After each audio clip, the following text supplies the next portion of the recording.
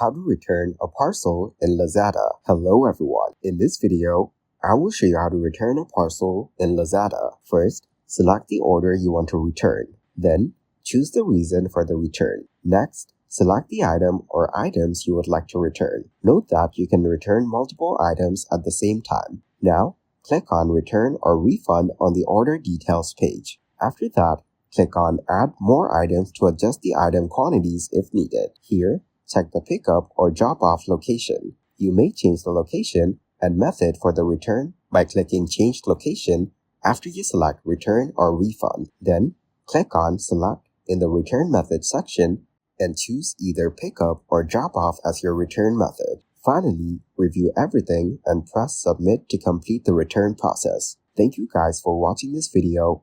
Hope you got some value.